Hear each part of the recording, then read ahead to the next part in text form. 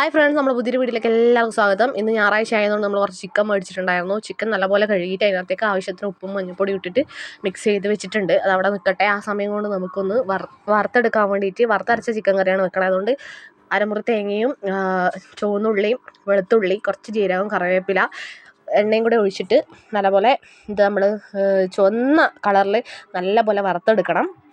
പിന്നെ ഞാൻ എരിവിന് ആവശ്യമായിട്ടുള്ള അതിനകത്തേക്ക് തന്നെ കുറച്ച് പച്ചക്കുരുമുളക് കൂടി ഇട്ടിട്ടുണ്ട്. കുരുമുളക് പൊടിച്ച് വെച്ചതില്ലായിരുന്നു, അതുകൊണ്ട് ഞാൻ മുഴുവനായിട്ട് അങ്ങനെ തന്നെ ഇട്ട് എന്നിട്ട് നല്ലപോലെ വറുത്തെടുക്കണം.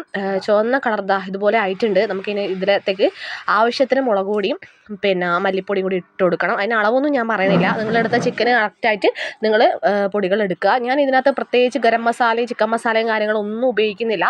ഇത് മാത്രമാണ് എൻ്റെ മെയിനായിട്ടുള്ള മിക്സ് എന്ന് പറയുന്നത്. അപ്പോൾ ഇത് നമുക്ക് നല്ല അരച്ചെടുത്തിട്ടുണ്ട്. ഇനി അതിനകത്തേക്ക് തന്നെ ഞാൻ ഉള്ളിയും തക്കാളിയും മുറിച്ചത് ഇടുന്നുണ്ട്. ഇഞ്ചിയും പച്ചമുളകും പിന്നെ അതൊക്കെ വേറെ ഉണ്ട് കേട്ടോ, അതിനകത്ത് ചിക്കനിലുണ്ട്. അത് ഞാൻ പറയാൻ വിട്ടുപോയതാണ്. ഇനി ഇതൊക്കെ കൂടിയിട്ട് ഒന്നുകൂടി ഒന്ന് മിക്സ് ചെയ്ത ശേഷം ആവശ്യത്തിന് വെള്ളവും കൂടി ഒഴിച്ചിട്ട് നമുക്കിത് അടച്ച് വെച്ചിട്ട് വേവിക്കണം. ഒത്തിരി തീയിലിടാതെ കുറച്ചൊരു മീഡിയം ഇതിലിട്ടിട്ട് നല്ലപോലെ വേവിച്ചെടുക്കണം. കുക്കറിലൊക്കെ വെക്കുമ്പോൾ പെട്ടെന്ന് ആവുമായിരിക്കും, പക്ഷേ ഞാൻ കുക്കറിൽ വെക്കാറില്ല, എനിക്കിഷ്ടമല്ല. അപ്പോൾ നമ്മളെ കറി ഇവിടെ ആയിട്ടുണ്ട്. അതിനകത്തേക്ക് ലാസ്റ്റ് കുറച്ച് കറിവേപ്പിലയും കൂടി തൂക്കി കൊടുത്തിട്ടുണ്ട്.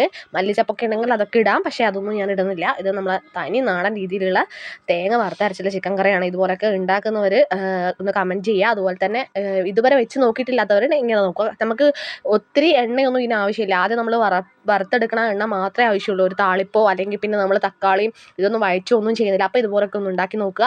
Tata bye bye.